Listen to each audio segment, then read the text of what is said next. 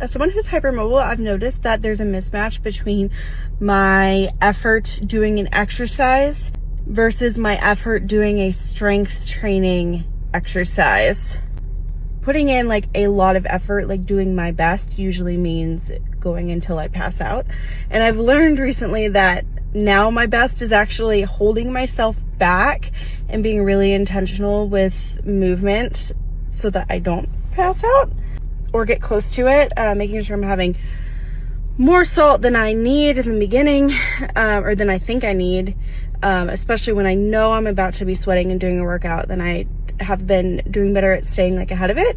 But I've started like getting back into like traditional strength training. One thing I noticed, like a squat takes a lot of effort, but it's not necessarily because of my muscles. It's because of the postural change up and down. I feel a lot of work happening in my body, from a dysautonomia standpoint. But for strength training, you know, you might hear people say like, do so many, like where you have so many reps left in the tank. Like, I'm going to go until I can only do 2 more and fail. But like, muscular failing is so different.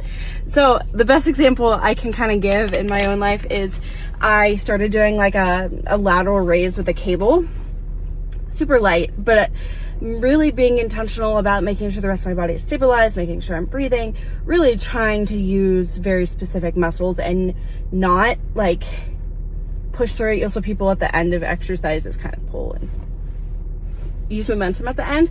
You can still build strength that way, but from a stability standpoint, I want to be very isolated and like not really compensate for me.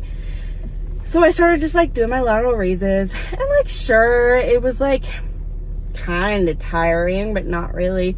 And then I just kind of went and it just stopped. I guess this muscle was done. That muscle was fatigued, but it didn't feel that hard. It just kind of stopped. So for strength training, that's kind of what I'm looking for me is when is this muscle fatigued, and knowing what muscles you're working for each exercise can help with that and exactly what you should be focusing on.